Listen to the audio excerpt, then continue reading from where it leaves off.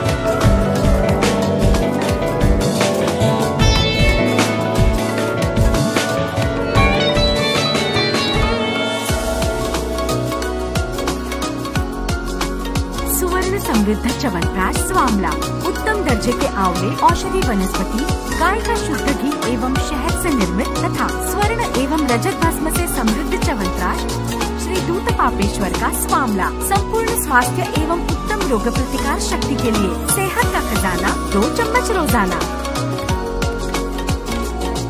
Sri Ayurvedic presents Pandit D. Gopalacharlu's Madhifala Rasayana. It is made with tons of natural sweet lime, lemon and ginger. It works effectively in indigestion, gas trouble, loss of appetite and jaundice. With Pandit D. Gopalacharlu's Madhifala Rasayanam, stay safe, stay healthy.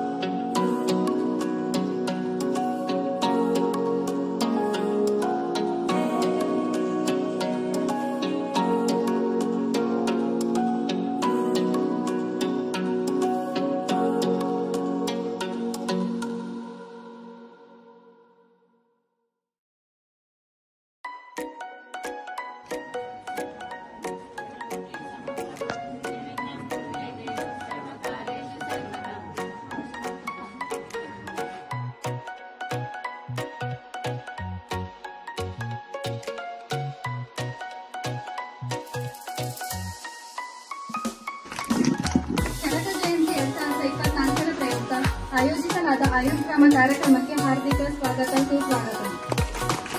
ಬದಲಾವಣೆಗಾಗಿ ಚರಕ ಎಂಬ ಧ್ಯೇಯ ವಾಕ್ಯದಿಂದ ಅರ್ಥಾತ್ ಆಯುರ್ವೇದದವರು ಆಯೋಜಿಸಲಾದ ಈ 7 ದಿನದ ಕಾರ್ಯಕ್ರಮವನ್ನು ಹಿಂದುಲಾಂಬಿಕಾ ಶಿಕ್ಷಣ ಸಂಸ್ಥೆಯ ವಿದ್ಯಾರ್ಥಿಗಳಾದ ನಾವು ಈ ಗ್ರಾಮದಲ್ಲಿ ಆಯೋಜನೆ ಮಾಡುತ್ತಿದ್ದೇವೆ.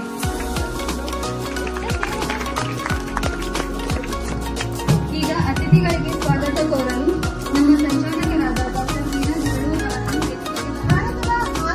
ಹಳ್ಳಿಗಳಲ್ಲಿ ಇರ್ತದಂತ ಹೇಳ್ತಾರೆ. ಗಾಂಧೀಜಿಯವರು ಹೇಳ್ತಾರ, ಯಾರಿಗಾದ್ರೂ ಭಾರತವನ್ನು ಕೂಲಂಕುಷವಾಗಿ ನೋಡ್ಬೇಕಾಗಿತ್ತಂದ್ರ ಹಳ್ಳಿಯ ಸೊಗಡನ್ನು ನೋಡ್ಬೇಕಂತ.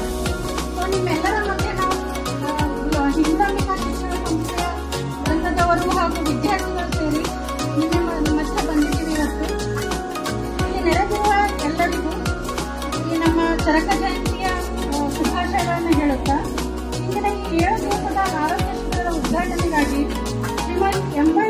ವ್ಯಾಸಂಗರು ಸ್ವಲ್ಪ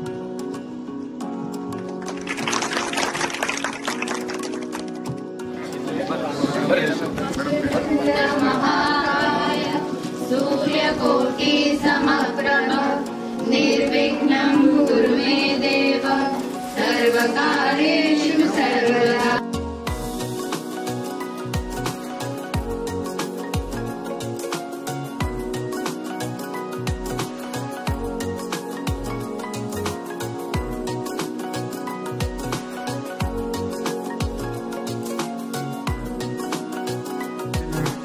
ಬೇಕಾದ್ರೂ ಕೂಡ ನಮ್ಮ ಆಯುರ್ವೇದಿಕ್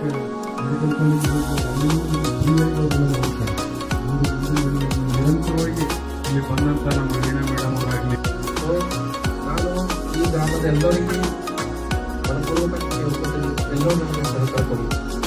ನಾವು ನನ್ನ ಟೀಮ್ಗಳಿಗೆ, ನನ್ನ ಡಾಕ್ಟರ್ಸ್ ಮತ್ತೆ ನನ್ನ ಟೀಚರ್ಸ್, ಇದು ನನಗಂತ ಒಂದು ಸೌಭಾಗ್ಯ ಅಂತ ಹೇಳಕ್ಕಾಗ್ತದೆ ನಮಗೆ. ಯಾಕಂದ್ರೆ ಫ್ರೀ ಟ್ರೀಟ್ಮೆಂಟ್ ಯಾರು ಇವರು ಅಂತೆಲ್ಲ ಪ್ರತಿಯೊಬ್ಬರು ಎಲ್ಲ ಜನಗಳು ಇವರೇ ಅಂತೆಲ್ಲ ಅವರೇ ಪಂಚಕರ್ಮ ಅಂತ. ಪಂಚಕರ್ಮ ಅಂದ್ರೆ ಅಲ್ಲಿ ನ್ಯೂರಾಲಜಿಕಲ್ ಡಿಸಾರ್ಡರ್ಸ್ ಇಲ್ಲ, ಕಾಲು ಹೊಡೆದಿರ್ಕೊಂಡು ಕೈ ಕಾಲು ಹೇಳ್ತಿರ್ಲಿಲ್ಲ ಎಲ್ಲರಿಗೂ.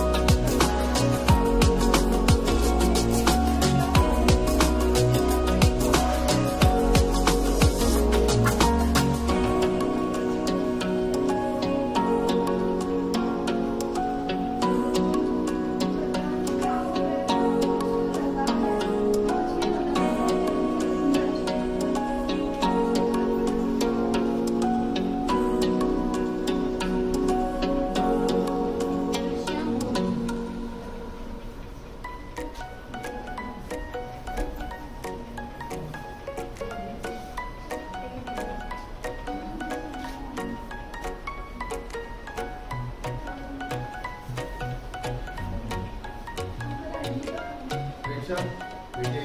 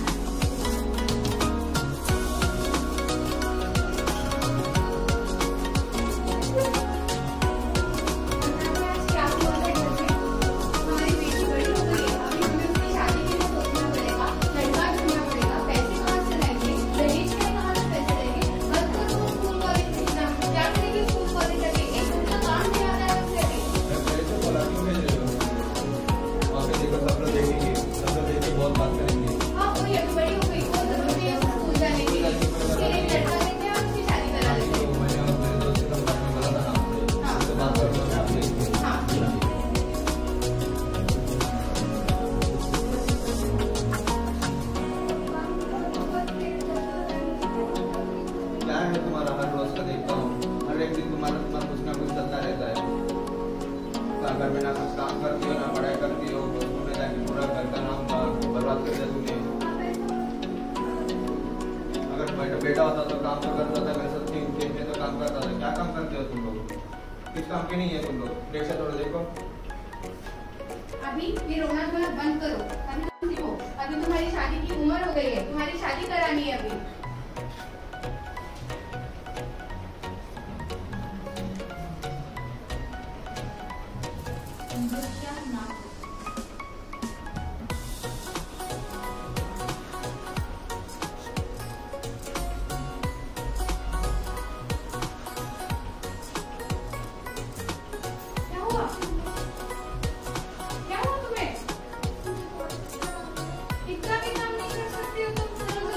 हॉस्पिटल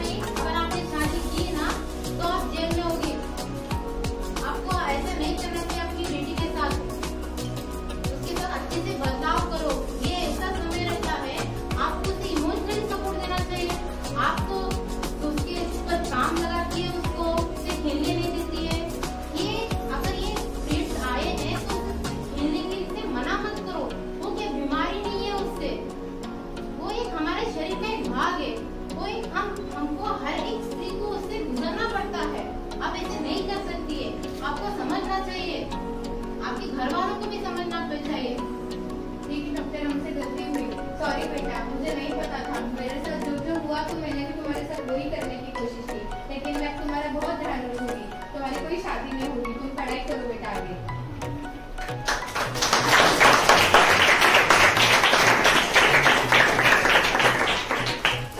आपको मैं प्यार देती हूँ।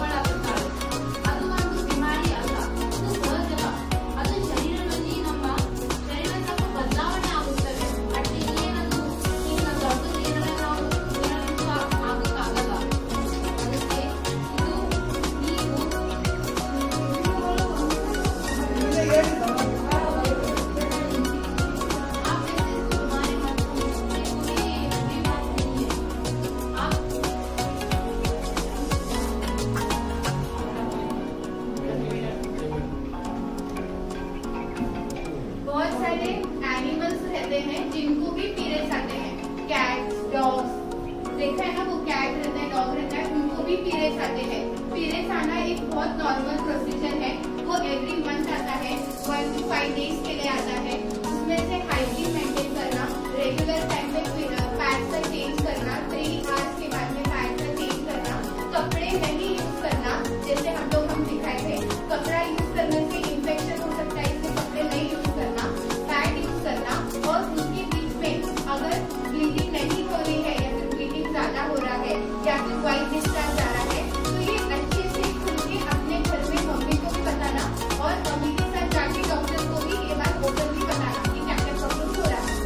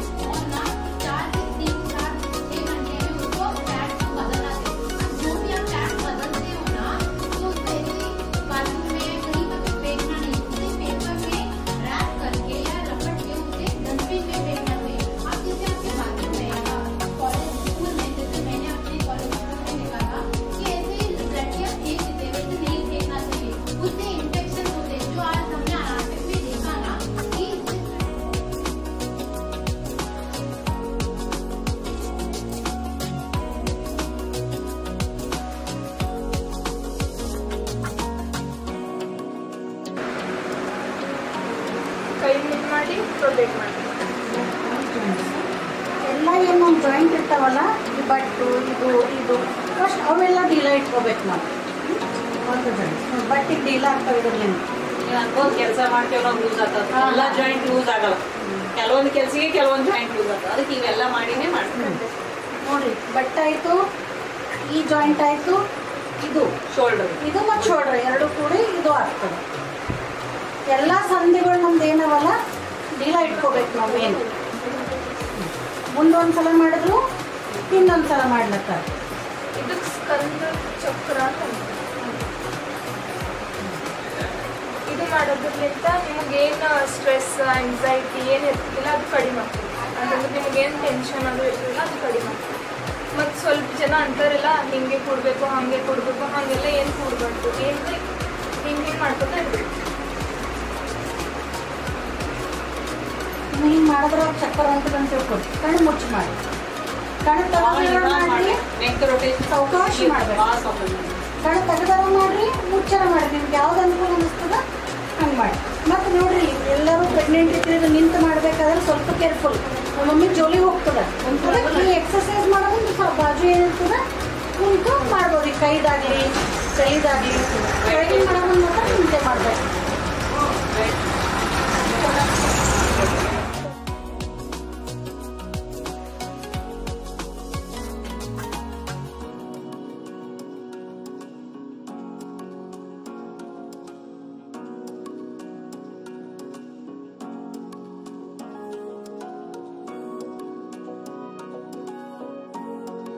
जितना ऊपर जा सकता है उतना ऊपर।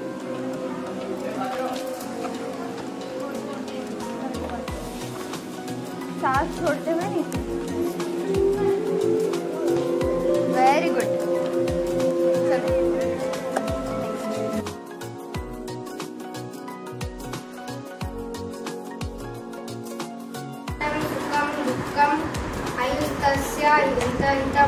मानवाच्च रक्षयेत्र उत्तम आयुर्वेदम उच्यते। धर्मार्थ काम मोक्षम आरोग्यम मूलम उत्तमम्। भगवं कर्म सामर्थ्य स्थैर्य दुःख सहिष्णुता दोषक्षय अग्नि उद्दिष्ट वायमद उपजयते। और मीनिंग है ಆಯ್ತು ಸರ್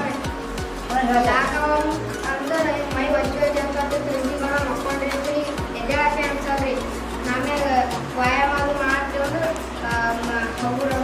ಮೈ ಕರ್ಮ ಸಾಮರ್ಥ್ಯ ಅಂದ್ರೆ ಕರ್ಮ ಕೆಲಸ ಮಾಡೋದೇ ಕೆಲಸ ಮಾಡೋ ಸಾಮರ್ಥ್ಯ ಬರ್ತದೆ.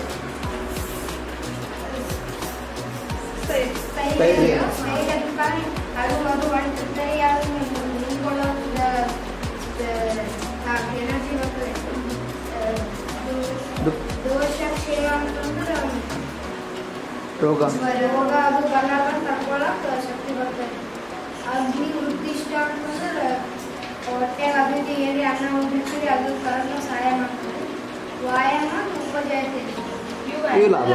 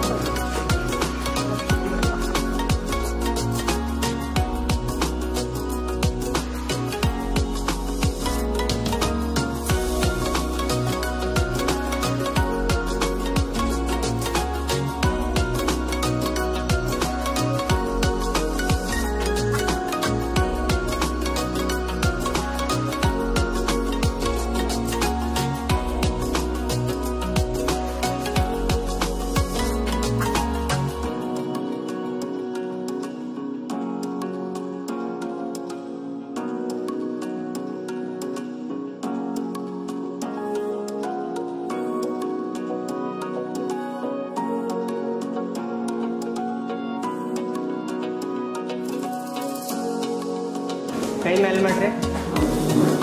ಇಷ್ಟೇ ಆಗ್ತದ್ರಿ? ಇಷ್ಟೇ ನೋಡ್ರಿ. ಇಷ್ಟೇ ಆಗ್ತದ? ಎಷ್ಟು ದಿನ ಆಯ್ತು ಹಿಂಗಾಗಿ? ಇದು ಒಂದು ವರ್ಷ एक साल छह महीने हुआ। 1 साल 6 महीने हुआ। अभी उसके लिए क्या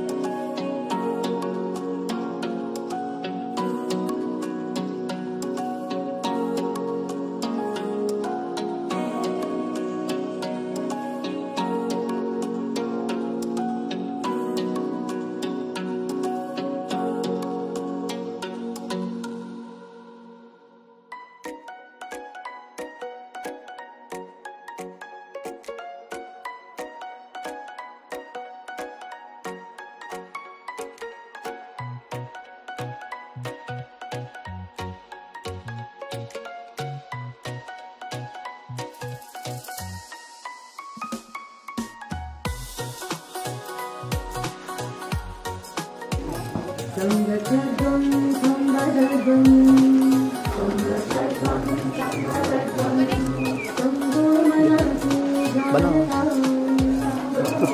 तृप्ति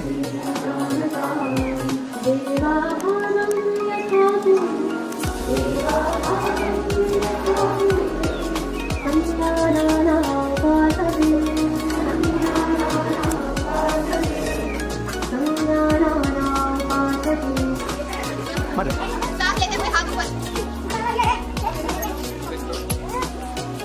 राइट देखो सामने, हाथ ऊपर। मेरी बात रखें।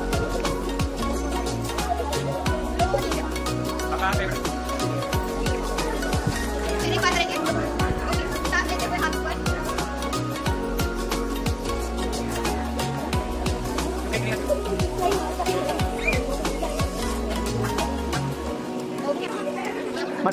सांस लेते हुए हाथ ऊपर।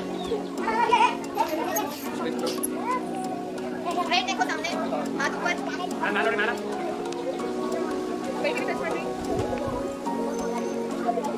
स्लो नीचे। मेरी बात रखें। ओके, सांस लेते हुए हाथ ऊपर।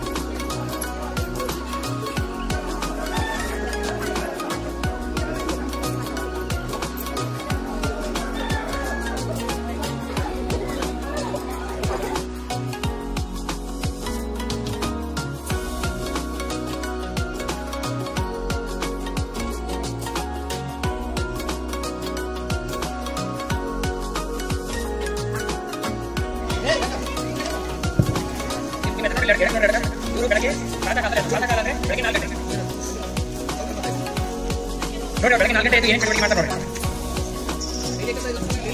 ನೋಡಿ ಎಡಕ ಎದ್ದು 4 ಗಂಟೆಗೆ ಹೋಗ್ತಾರೆ, ಆ ಸೈಡಿಂದ ಮಲ್ಕೊಂಡಿದ್ದಾರೆ ನೋಡಿ. ಬೆಳಗ್ಗೆ 4 ಗಂಟೆ ಎದ್ದು ಹೋದ್ರೆ ನೆನಪಿನ ಜಾಸ್ತಿ ಇರುತ್ತೆ ಆ ಟೈಮಲ್ಲಿ. ನೀವು ಓದಿದ್ದೆಲ್ಲ ನೆನಪಿರುತ್ತೆ. ಓದಾದ ತಕ್ಷಣ ನೋಡಿ ಎಕ್ಸರ್ಸೈಸ್ ಮಾಡ್ತಿದ್ದಾರೆ, ಯೋಗಾಸನ ಎಲ್ಲ ಮಾಡ್ತಾರೆ. ನೀವು ಹೀಗೆ ಬೆಳಗ್ಗೆ ಎದ್ದು ಓದಾದ ತಕ್ಷಣ ಎಕ್ಸರ್ಸೈಸ್ ಎಲ್ಲ ಮಾಡಿ ನೋಡಿ, ಫ್ರೆಶ್ ಮಾಡ್ತಿದ್ದಾರೆ. ನೋಡಿ ಬೆಳಗ್ಗೆ 10 ಗಂಟೆಗೆ ಎದ್ದು ಇವಾಗ ನೀವೆಲ್ಲ ಟೈಮ್ ಎರಡು ಟೈಮ್ ನೋಡಿ, ಸ್ಕೂಲೇ ಫೋನ್ ನೋಡ್ತಿದ್ದಾರೆ. ವಾಟ್ಸಪ್ ಸ್ಟೇಟಸ್, ಇನ್ಸ್ಟಾಗ್ರಾಮ್, ಫೇಸ್ಬುಕ್ ಇದೆಲ್ಲ ಮಾಡೋದು ತಪ್ಪು, ಹೌದಲ್ವಾ? ಬೆಳಗ್ಗೆ ಸ್ಟಡಿ ಇರಬೇಕು, ಇದೇನು ಮಾಡಬೇಕು? ಓದಾದ ತಕ್ಷಣ ಎಕ್ಸರ್ಸೈಸ್ ಆದ ತಕ್ಷಣ ಅದಾದ ತಕ್ಷಣ ರೆಡಿಯಾಗಿ ಸ್ಕೂಲ್ ಬರಬೇಕು. ಈಗ ಎರಡನೇದು ವ್ಯಾಯಾಮ. ಬೆಳಗ್ಗೆ 4 ಗಂಟೆಗೆ ಹೇಳ್ತೀರಲ್ಲ, ಓದೋದೆಲ್ಲ ಮಾಡ್ತೀವಿ. ಅದಾದ ತಕ್ಷಣ ಎರಡಕ್ಕೆ ಡೈಲಿ ಬೆಳಗ್ಗೆ ಎದ್ದ ತಕ್ಷಣ ವ್ಯಾಯಾಮ ಮಾಡ್ತಾರೆ. ಅವರಿಂದ ಮಲಗಿರೋದು ಈ ಥರ ಬೆಳಗ್ಗೆ ಎದ್ದು ವ್ಯಾಯಾಮ ಮಾಡೋದ್ರಿಂದ, ಸೂರ್ಯ ನಮಸ್ಕಾರ ಮಾಡೋದ್ರಿಂದ ನಿಮಗೆ ಇಮ್ಯುನಿಟಿ ಹೆಚ್ಚಿಗೆ ಆಗ್ತದೆ. ಮತ್ತೆ ಡೈಜೆಷನ್ ಪಾಚನ ಕ್ರಿಯೆ ಚಂದಿರ್ತದೆ, ಎನರ್ಜಿ ಇರ್ತದೆ ಪೂರ ದಿನ. ನೀವು ಬೆಳಗ್ಗೆ ಡೈಲಿ ಯೋಗ ಆಸನಗಳೆಲ್ಲ ಕಲಿಸ್ತೀವಲ್ಲ, ಬೆಳಗ್ಗೆ 4 ಗಂಟೆಗೆ ತಕ್ಷಣ ಇವೆಲ್ಲ ಮಾಡಬೇಕು. ಓದೋದ ತಕ್ಷಣ ಆಸನ ಮೊಬೈಲ್ ಮುಗಿಸಿದ್ದಾರೆ ಆ ಥರ ಹೇಳ್ಕೊಂಡು ದಿನ ಕೂಡ ನಿಮ್ಗೆ ಎನರ್ಜಿ ಆಗಿಲ್ಲ. ಈ ಥರ ಓಂಕಾರ ಹೇಳೋದ್ರಿಂದ ನಿಮ್ಗೆ ಕಾನ್ಸಂಟ್ರೇಷನ್ ಏಕಾಗ್ರತೆ ಇರ್ತದೆ ಓದೋದ್ರಲ್ಲಿ. ನಾನು ಮಾಡೋದ್ರಿಂದ ನಿಮ್ಗೆ ಬಾಡಿ ಒಳಗೆ ಹಗುರ ಅನಿಸ್ತದೆ, ಮತ್ತೆ ತಾಳಿ ಶಕ್ತಿ ಹೆಚ್ಚಿಗೆ ಆಗ್ತದೆ. ಅದರ ಆಸನ ಸೌಲಭ್ಯ ಅಂತೀವಿ, ಸೌಲಭ್ಯ ಅಂದರೆ ಹೆಚ್ಚಿಗೆ ದಪ್ಪ ಆಗ್ತದೆ. ಫಿಕ್ಸನ್ ಮಾಡಿ ಮತ್ತೆ ಪಾತ್ರ ಕಮ್ಮಿ ಆಹಾರ ನಾವು ಡೈಲಿ ಏನು ಟೈಮ್ ಊಟ ಮಾಡ್ತೀವಿ, ಅದಾದ ತಕ್ಷಣ 5 ಗಂಟೆಗೆ ಸ್ನಾಕ್ಸ್ ಟಿಪ್ಸ್ ಎಲ್ಲ ನೋಡಿ ನಿಮ್ಮ ಗಿಡಕ್ಕೆ ನೋಡಿ ಊಟ ಏನು ಪೌಷ್ಟಿಕ ಆಹಾರ ತಿನ್ನೋದು ಮತ್ತು ಅವೆಲ್ಲ ಸರಿ ಸ್ಮರಣೆ ಮಾಡಿ ಅದೊಂದು ಧನ್ಯವಾದ ಹೇಳಿ ಅವ್ರು ತಿಂತೀರ. ಈಗ ಮಾಡೋದ್ರಿಂದ ನಾವು ಏನೇನು ತಿಂತೀವಲ್ಲ ಮೈ ತಗೊಂಡು ಈಗ ನೋಡಿ ಎಲ್ಲ ತಿಂತಿರಲ್ಲ, ಕುಕ್ಕರೇಸ್, ಬಿಸ್ಕೆಟು, ಜಾಮೂನು, ಒಂದು ರೂಪಾಯಿ ಸಿಗ್ತಾವಲ್ಲ, ಕೆಂಪಲ್ ತಿಂತೀರಲ್ಲ, ಅವೆಲ್ಲ ತಿನ್ನೋದು. ಇವತ್ತಿನ ಬಿಡಬೇಕಲ್ಲ, ಮನೆಗೆ ತಂದಿರಲ್ಲ ಸೇಬು, ದಾಳಿಂಬೆ, ಬಾಳೆಹಣ್ಣು ಅವೇ ತಿನ್ನಬೇಕು. ಸ್ವಾದ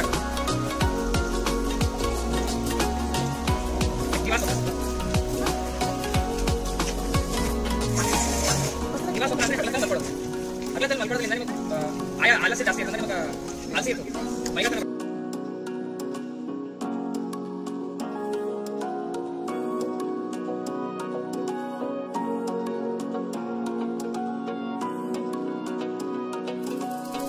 ಕಿರುನಾಟಕವನ್ನು ಸೊಗಸಾಗಿ ಮಾಡಿದ ಎಲ್ಲ ಸದಸ್ಯರನ್ನು ಧನ್ಯವಾದಗಳು. ಈಗ ಋತುಚರ್ಯ ಪಾಠದ ಕುರಿತು ಬೋಧನೆ ಪ್ರಾರಂಭ ಮಾಡಲಾಗುವುದು. ನಾನು ಋತುಚರ್ಯ ಪಾಠದ ಬೋಧನೆ ಮಾಡಲು ಎಲ್ಲ ಸದಸ್ಯರನ್ನು ಸ್ಟೇಜ್ ಮೇಲೆ ಬರಬೇಕೆಂದು ವಿನಂತಿಸಿಕೊಳ್ಳುತ್ತೇನೆ.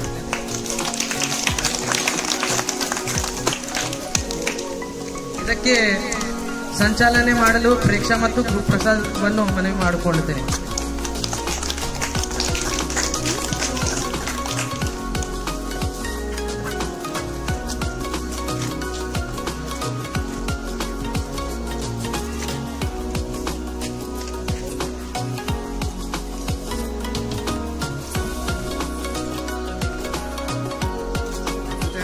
ನಿಮ್ಗೆ ಏನ್ ಗೊತ್ತಿರೋದು? ಋತುಚರ್ಯ ಅಂದ್ರ ನಾವು ಮಳೆಗಾಲ ಕಾಲಗಳು ಬರ್ತಾವ. ನಿಮ್ಗೆ ಎಷ್ಟು ಕಾಲಗಳೆಷ್ಟು ಯಾವ ಅಲ್ಲಿ ಏನೇನ್ ಮಾಡ್ಬೇಕು ಅಂತ ಗೊತ್ತಾ? ಈಗ ಮಳೆಗಾಲ ಅದ, ಅಲ್ಲಿ ಹೋಗಿ ಸಣ್ಣ ನೋಡ್ರೆ ಏನಿತ್ತು ನಿಮ್ಗೆ ಚಳಿ ಅಂತವ. ಅದ್ರ ಬಗ್ಗೆ ಅವ್ರಿಗೆ ಹೇಳ್ಕೊಡ್ತಾರೆ ನಿಮ್ಗೆ ಏನೇನು ಉಣ್ಬೇಕು, ಯಾವಾಗ ಏನು ಬ್ಯಾಸಿಗೆಗಾಲದಾಗ ಏನು ಉಣ್ಬೇಕು, ಮಳೆಗಾಲದಾಗ ಏನು ಉಣ್ಬೇಕು, ಮಳೆಗಾಲದಾಗ ಏನು ಉಣ್ಬಾರ್ದು, ಬ್ಯಾಸಿಗೆಗಾಲದಾಗ ಏನು ಉಣ್ಬಾರ್ದು. ಓಕೆನಾ? ಚಳಿಗಾಲದಾಗ ಏನು ಉಣ್ಬೇಕು, ಚಳಿಗಾಲದಾಗ ಏನು ಉಣ್ಬಾರ್ದು, ಏನುಂಡ್ರಿ ಏನಾಯ್ತದ, ಹೆಂಗೆ ಇರಬೇಕು, ಹೆಂಗೆ ಇರಬಾರ್ದು. ಓಕೆನಾ? ಯಾಕಂದ್ರೆ ಏನಂದ್ರೆ ನೀವು ಹೆಂಗೆ ಕಾಮನ್ ಆಗಿ ನೋಡಿ ಚಳಿಗಾಲದಾಗ ನಾವು ಏನು ತುಂಬಸ್ತಾರ ಅಂತ ಸಣ್ಣ ಬಟ್ಟೆ ಹಾಕೊಂಡು ಓಡಾಡಲ್ಲ. ಓಕೆನಾ? ಏನು ನೋಡ್ಕೊತೇವೆ ನಾವು ಚಟ್ರ ಹಾಕೋತೇವೆ. ಯಾಕೆ ಹಾಕೋತೇವು? ಚಳಿ ಆಯ್ತ. ಅದೇ ಯಾಕೆ ಗೊತ್ತೇವೆ, ಬೇರೆ ಹಾಕಲ್ಲ. ಗೊತ್ತಾಯ್ತಾ? ಇದು ಯಾಕ ಅಂತ ಅಂಬುದು ಹೇಳ್ತಾರೆ ಈಗ. ಓಕೆನಾ?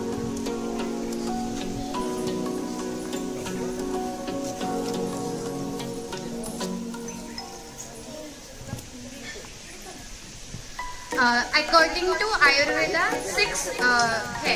कितने ऋतु? 6 ऋतुज है.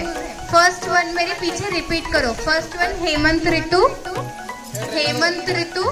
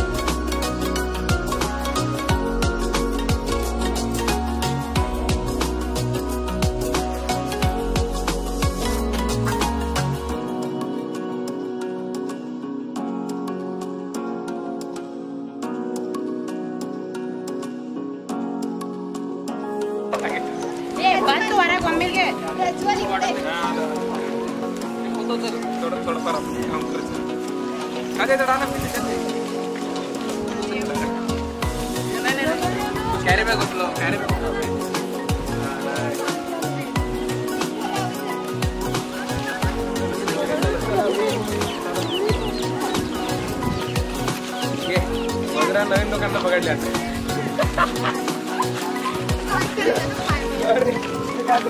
परत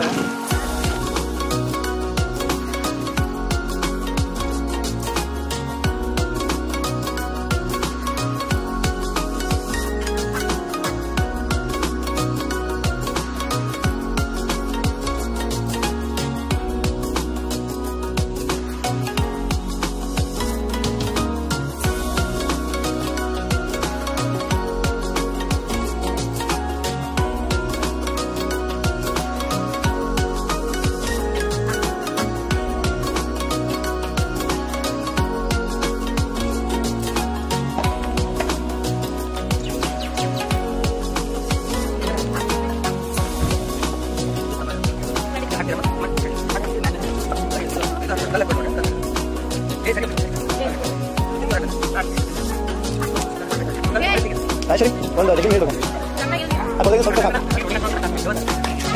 ಸ್ವಲ್ಪ ನೀರು ತಗೊಂಡು ಆಂಟಿ ಜೊತೆ ರಾಜೇಶ್ವರಿ ಜೊತೆ ಆಂಟಿ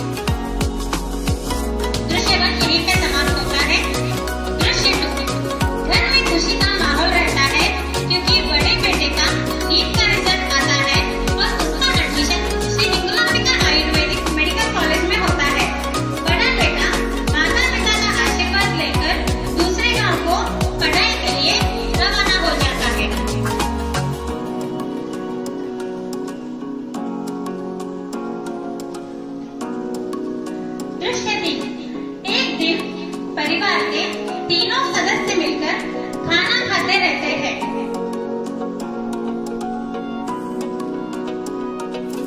उसी वक्त पड़ोसी प्रज्वल आता है और शिवराज को बाहर लेकर जाता है और उसे बार में पिलाता है।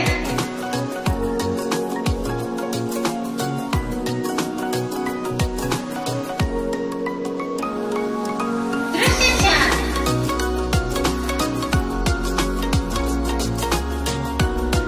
शिवराज घर को आता है और दरवाजा खटखटाता है।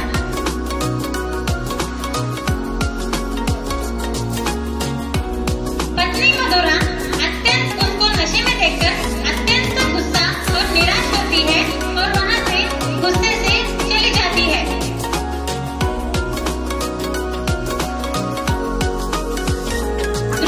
दृश्य 4 यहीं पर समाप्त होता है। दृश्य 5। धीरे धीरे शिवराज को पीने की लत लगती है और वह काम छोड़कर बैठने लगता है घर में ही।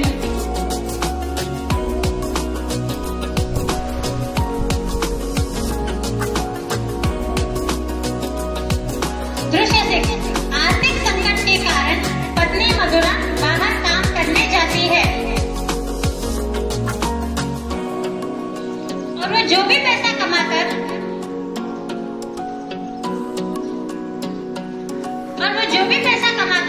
घर लाती है उसे शिवराज छीन लेने की कोशिश करता है। जब वो मना करती है तो उस पर वह हाथ उठाता है और पड़ोसी प्रज्वल और उसकी पत्नी आकर माहौल को शांत करते हैं। बेटी ये सब देखकर रोने लगती है। उसकी दोस्त राजेश्वरी आकर उसे बोलती है कि ये सब उसके बड़े भैया को पता देना चाहिए। दृश्य 7। कांचन अपने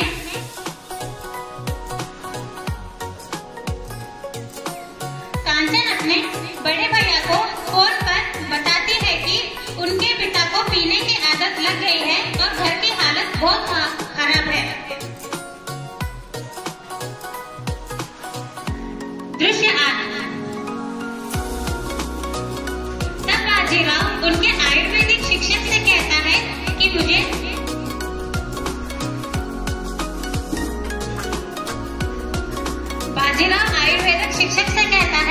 कि उसे कुछ दिनों की छुट्टी चाहिए। तब उनके शिक्षक पूछते हैं कि तुम्हें छुट्टी क्यों चाहिए। तब बाजीराव बताता है कि उनके पिताजी को पीने की आदत लग चुकी है, उनका इलाज करवाना है, इसीलिए उसे छुट्टी चाहिए। उनके शिक्षक उनको बताते हैं कि इसकी चिकित्सा आयुर्वेद में आचार्य चरक जी ने 9वें धारणीय अध्याय में पादांशिक क्रम से शराब को त्याग करने के लिए बताया है। उसे कैसे करते हैं? एक दिन का गैप छोड़ के 1/4 पार्ट शराब को आधी मात्रा में कम करना चाहिए। ನಿಮಗೆಲ್ಲರಿಗೂ ಗೊತ್ತಿರುವ ಹಾಗೆ ಬಹಳಷ್ಟು ಯುಗಗಳ ಹಿಂದೆ ಸಮುದ್ರ ಮಂಥನ ನಡೆಯಿತು. ದೇವರು ಹಾಗೂ ಅಸುರರು ಅಂದ್ರೆ ರಾಕ್ಷಸರಿಗೆ ಈ ಭೂಮಿ ಮೇಲೆ ಯಾರು ಜಾಸ್ತಿ ಬದುಕಬೇಕು ಅನ್ನೋ ಒಂದು ಕಾಂಪಿಟೇಷನ್ ನಡೆಯಿತು. ನನಗೆ ನಿಮ್ಮ ಭಾಷೆಯಲ್ಲಿ ಹೇಳ್ತೀನಿ ಮಕ್ಕಳಿಗೆ. ಅವಾಗ ಸಮುದ್ರದಲ್ಲಿ ಒಂದು ಪರ್ವತಕ್ಕೆ ಮಂಥನ ಮಾಡಿದ್ರು. ಮಂಥನ ಅಂದ್ರೆ ಮಜ್ಜಿಗೆ ಕಟ್ತಾರಲ್ಲ, ನಾನು ಸಮುದ್ರದೊಳಗೆ ಗುಡ್ಡದಿಂದ ಮಂಥನ ಮಾಡಿದ್ರು. ಯಾರೋ ದೇವರುಗಳು ಮತ್ತ ರಾಕ್ಷಸರು. ಆ ಸಮುದ್ರ ಮಂಥನ ಮಾಡ್ಬೇಕಾದ್ರ ಈಗ ಮಜ್ಜಿಗೆ ಕಟ್ಟಿದ್ರೆ ಮ್ಯಾಲ್ ಬೆಂಡಿ ಬರ್ತದಲ್ಲ, ನಮ್ಮ ಸಮುದ್ರದಿಂದ ಏನಾದ್ರು ಮ್ಯಾಲ್ ಬರ್ಬೇಕು. ಹಂಗ ಸಮುದ್ರ ಮಂಥನದಿಂದ ಮೇಲೆ ಬಂದವರು ಮೊದಲು ಮಹಾದೇವ ಅಂದ್ರೆ ಶಿವ. ಶಿವ ವಿಷಾನು ಕುಡಿದು ಜಗತ್ತನ್ನು ಉಳಿಸಿದ್ದು ಎಲ್ಲರಿಗೂ ಗೊತ್ತು.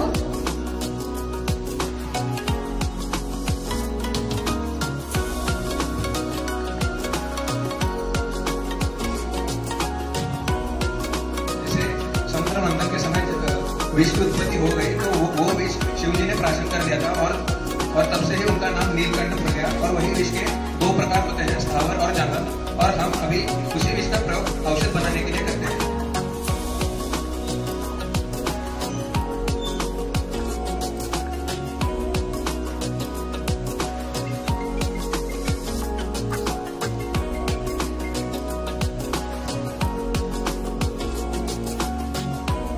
अभी हमने विश्व उत्पत्ति जैसे देखा, उसके बाद आयुर्वेद शास्त्र की उत्पत्ति इसी समुद्र मंथन से हुई है। धन्वंतरी देवता ये आयुर्वेद की देवता है। उनके एक हाथ में कलश, एक हाथ में चक्र और शंख है। उसके बाद आयुर्वेद अवतरण दृश्य सेकंड, जिसमें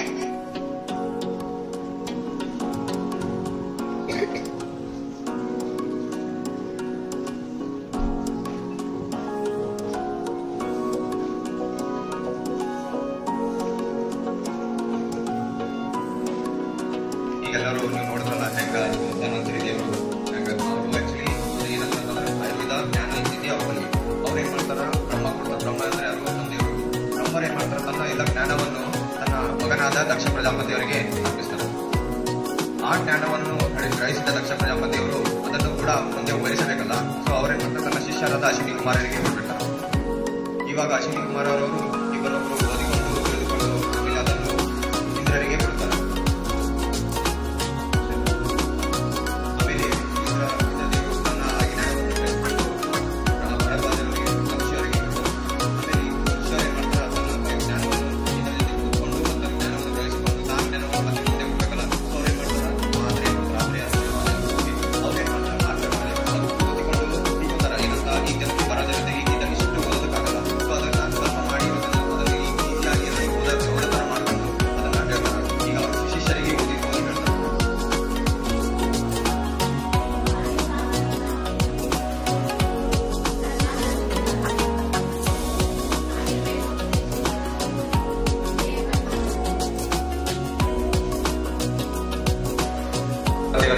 ಅರ್ಪಿಸ್ತಾರ. ಆ ಜ್ಞಾನವನ್ನು ಗ್ರಹಿಸಿದ ದಕ್ಷ ಪ್ರಜಾಪತಿಯವರು ಅದನ್ನು ಕೂಡ ಮುಂದೆ ಓದಿಸಬೇಕಲ್ಲ. ಸೊ ಅವ್ರೇನ್ ಮಾಡ್ತಾರೆ, ತನ್ನ ಶಿಷ್ಯರಾದ ಅಶ್ವಿನಿ ಕುಮಾರರಿಗೆ ಕೊಡ್ಬಿಡ್ತಾರ. ಇವಾಗ ಅಶ್ವಿನಿ ಕುಮಾರ್ ಅವರವರು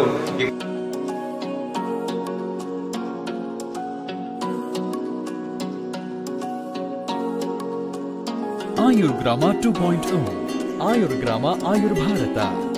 Subscribe and share this video to all and join hands with us to reach Ayurveda to each.